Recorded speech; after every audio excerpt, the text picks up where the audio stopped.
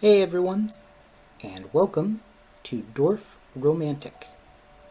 Dorfromantik is a world-building game where you are given tiles, which you then can attach to the pre-existing world and gradually build these extensive maps. Along the way, you can complete different quests, such as create a forest with this many trees or a city with this many houses. And once you do, then you get more tiles to work with. The games are a lot of fun. They're very relaxing. It's a great game to play while you're listening to a YouTube video or a podcast. The games themselves are very long, so I might show off the gameplay aspect in another video, but this time I'm going to show off the different maps that I have made during different games that I have already played.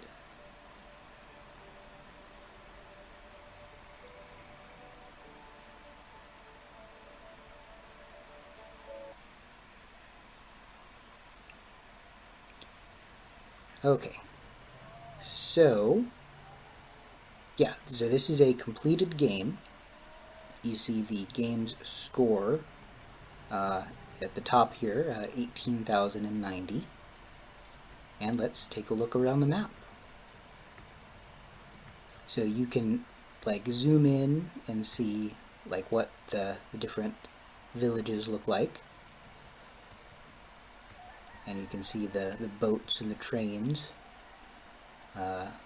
navigating around the various features that you've built.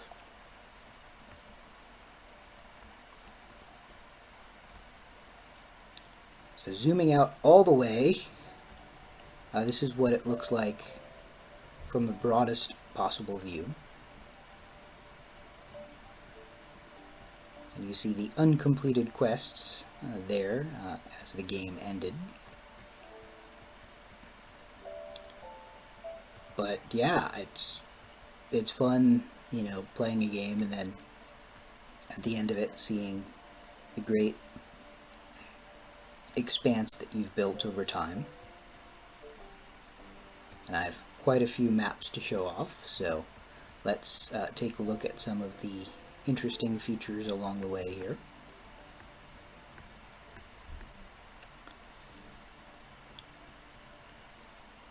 So we have this river system that starts here in the various clock towers along the way that the boats can enter through.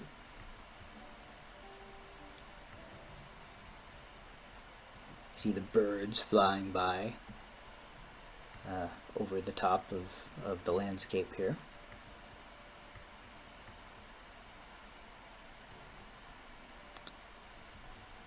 Then over here we have a city. You also get additional tiles by closing off completed quests that give you a little flag. So that's why you'll see various forests kind of end abruptly, so that they can be closed off and that quest can be completed.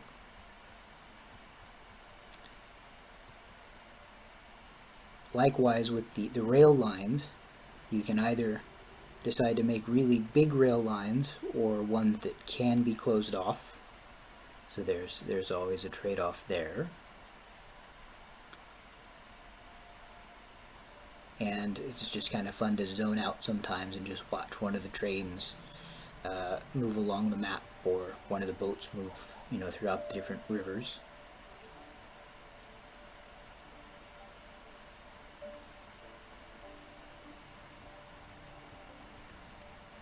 Yeah, so this is a completed rail system,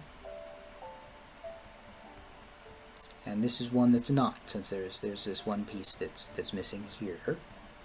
And if I wanted to, after the game's completed, I could go into the creative mode and kind of fill in some of these gaps if I wanted to.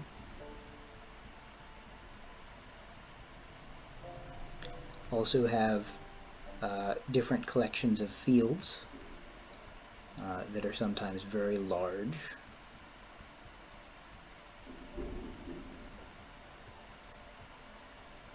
And sometimes you'll end up with river systems or rail systems that don't actually have trains on them, like this one here.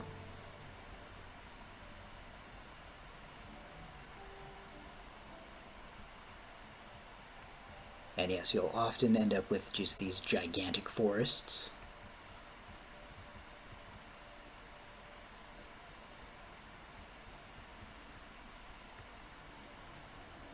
So yeah, I think that shows off that map pretty well. Let's bring up another one.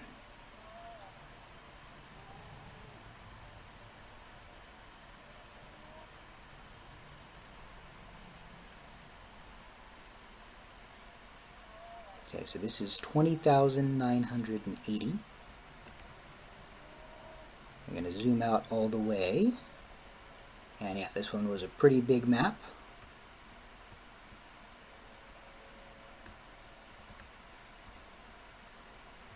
You have this field system over here.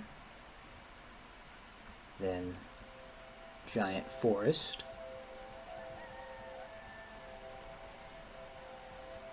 Rail line.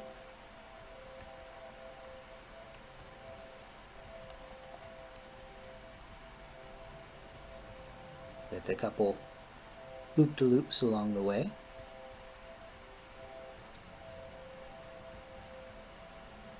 Another rail system. Then a river system here.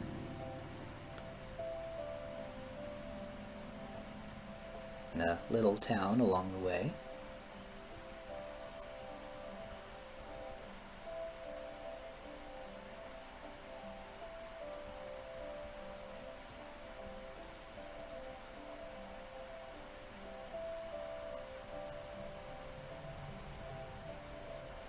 But it always feels nice when you have a impressive water rail system and you're able to actually like close it off so that it is, complete.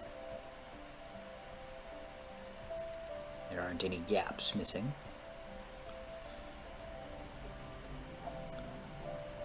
Lots of fields in this direction.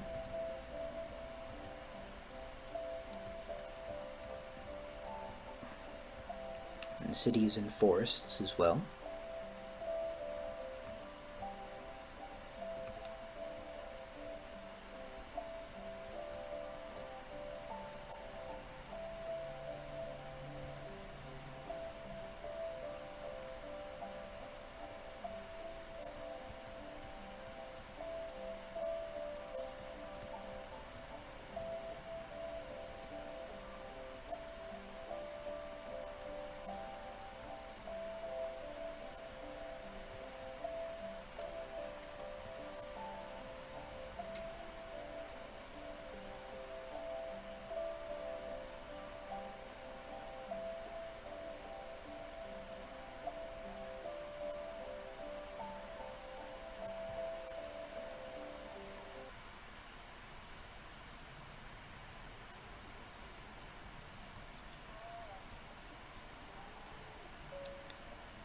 So I'm very likely to lose track of which ones I've shown and which ones I haven't, so there might be a couple repeats here.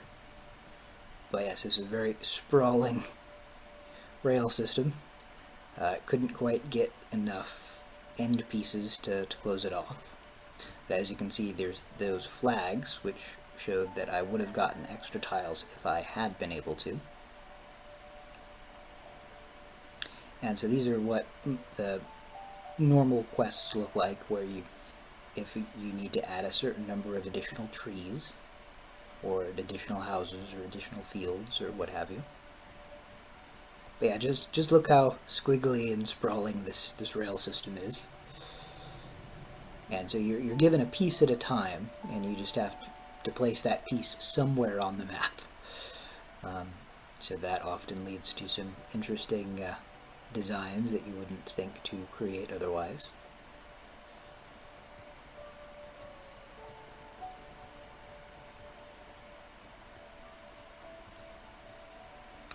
Here's a giant river system.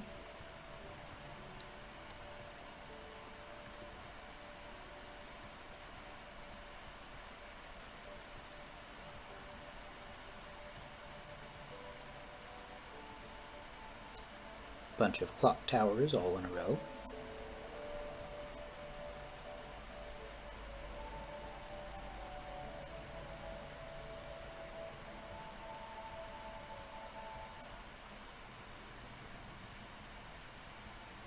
Just needed one particular piece to seal off this river system, but couldn't quite get it.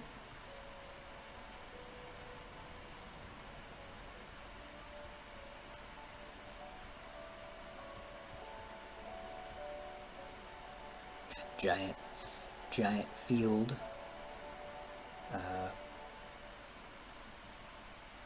section.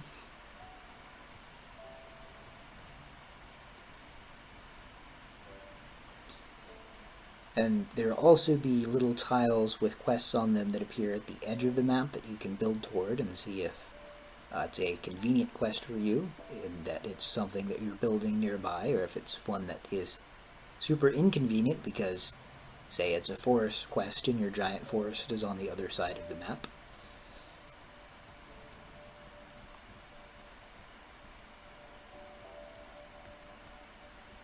Again, you can zoom in super close, and there are certain parts where, like, certain tiles that'll have, like, different animals on them, and you can, see a wolf or a bear just kind of hanging out somewhere.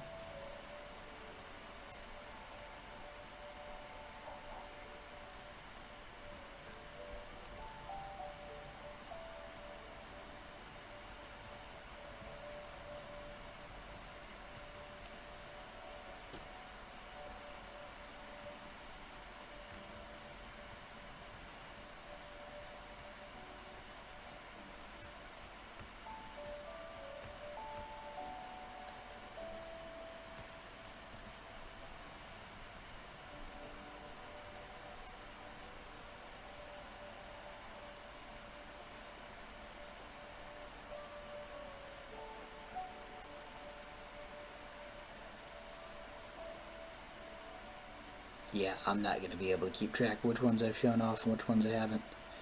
Presumably they're just in chronological order. Yeah, so...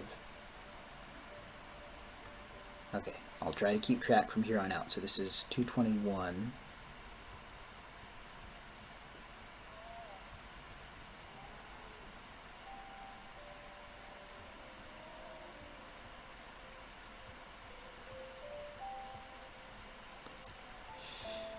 Giant river system.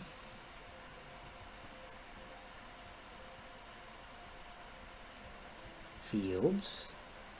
Forest. Fields again.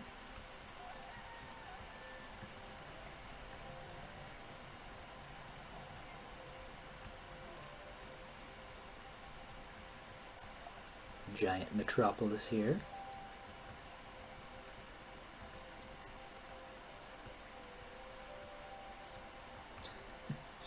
Very erratic rail line.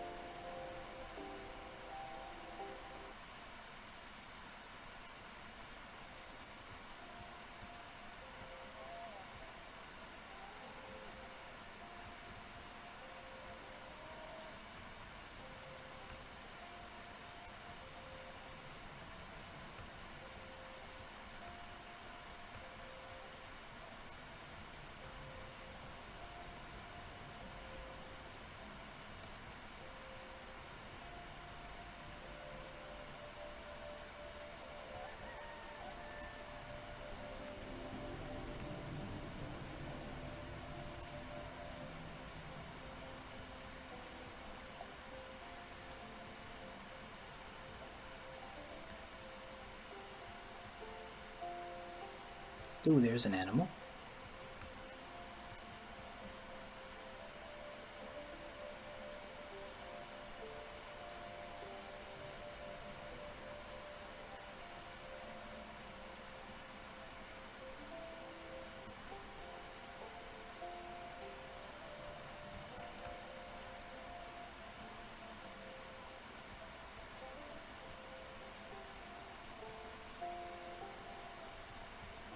Yeah, certainly the river system looks the most impressive feature on the map.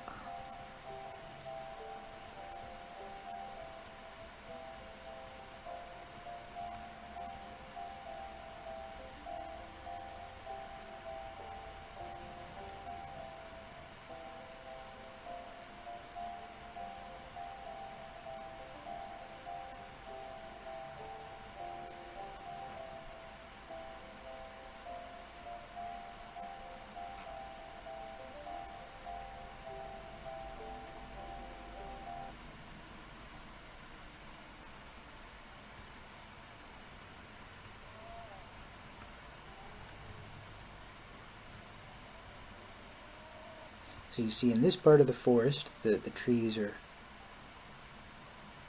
all green, and over here they're more pink. That's kind of one way to differentiate the appearance of different parts of the map that the game takes as you build, giant forests or giant uh, fields or what have you.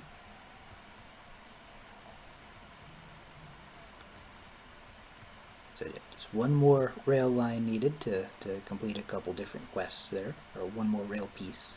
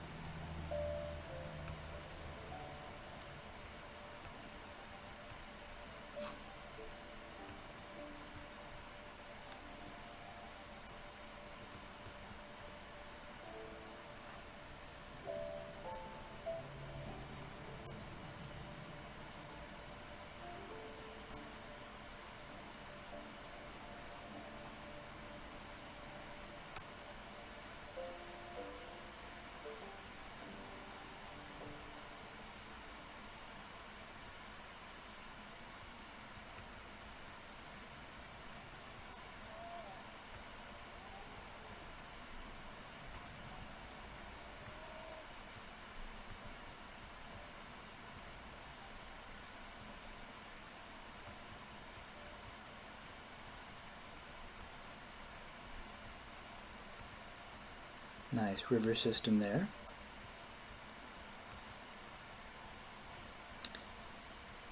So I don't think I'm going to show off all of these in this video, as tempted as I am to do so. Otherwise the video would get quite long and somewhat repetitive, even though I could just have fun for hours just looking at all these things.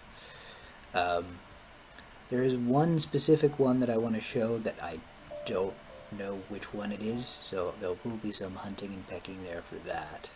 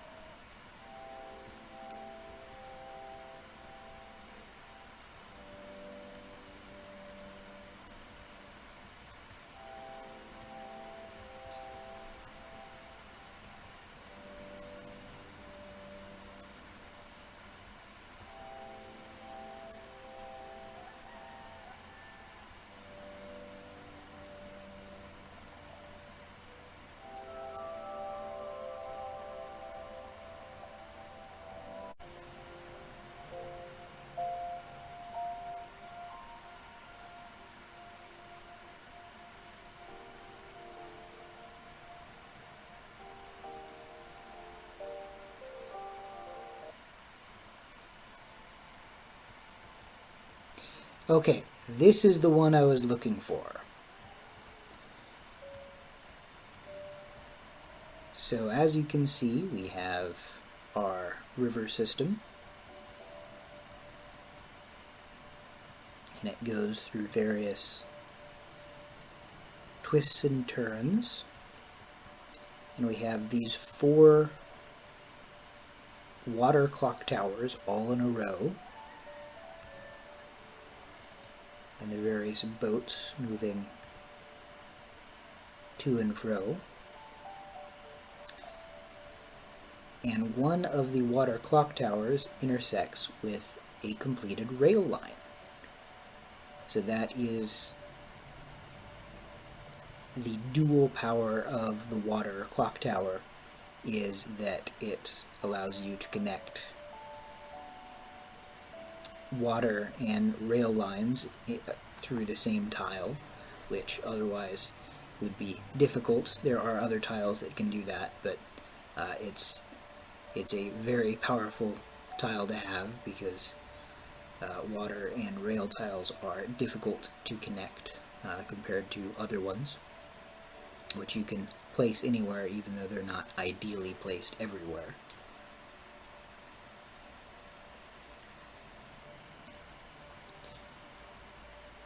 But this rail line in particular, I think, looks pretty neat. This was not a very high-scoring game, but design-wise, I think the layout of some of the features are very pleasing. So you see the rail line ends here, and we'll watch this little train get to the end and start coming back. And it moves mostly straight as we head to the clock tower. There might be an official name for that tile that is different than the one I'm using, but nonetheless. And then it takes a turn through the clock tower and moves straight in this direction to the first of 2 hexagonal sections.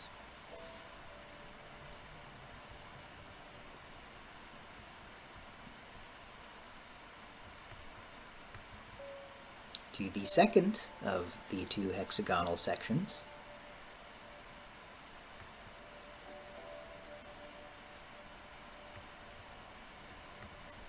before reaching its end.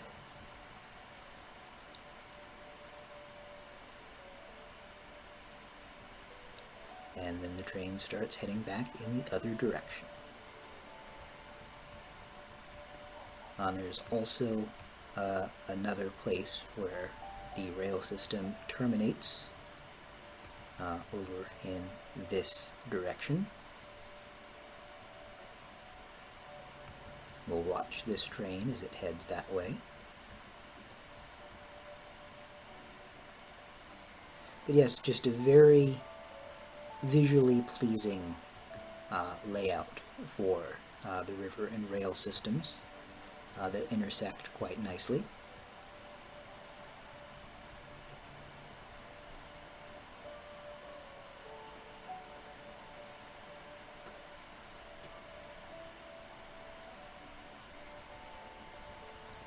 See one of the various windmills here.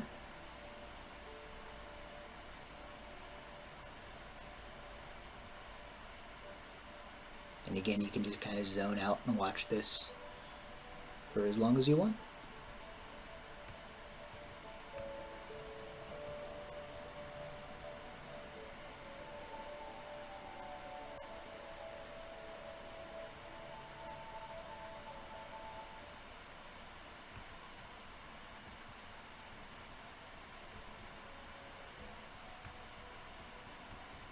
And it's always fun when the river system kind of connects in multiple ways, so it'll loop around and then come back.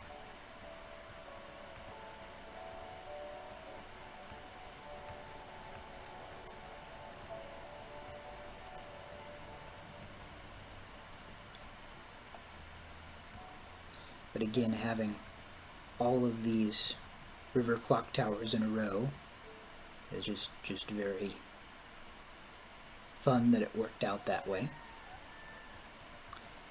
Which again, when you're working a tile at a time, it's kind of hard to plan too far ahead.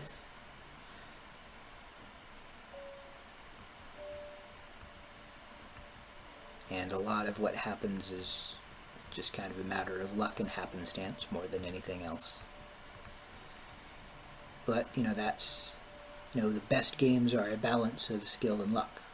And I think this game has a nice balance between the two.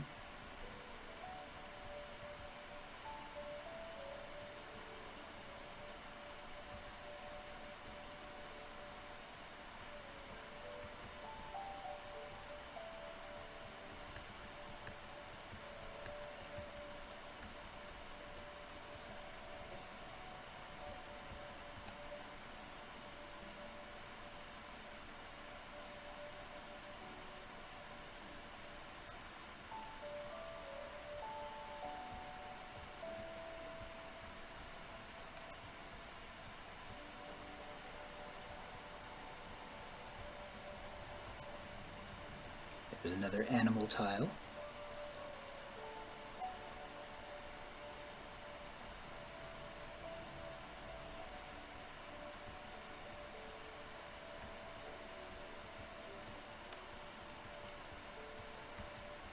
But I think that's a pretty good spot to end the video. In all likelihood, I will be editing this one down a bit to avoid some of the hunting and pecking as I was looking for this particular map. But yeah, Dorfromantik is a very fun game. It's a very long game if you're particularly good at it. So I imagined I might end up showing off a quick game on the channel where you have a limited number of moves, because otherwise the video would be pretty long, or it'd have to be, a 3 or 4-parter, which, I might do at some point too. But yeah, that was Dorfromantik, and as always, thank you all for joining me, and have a great day.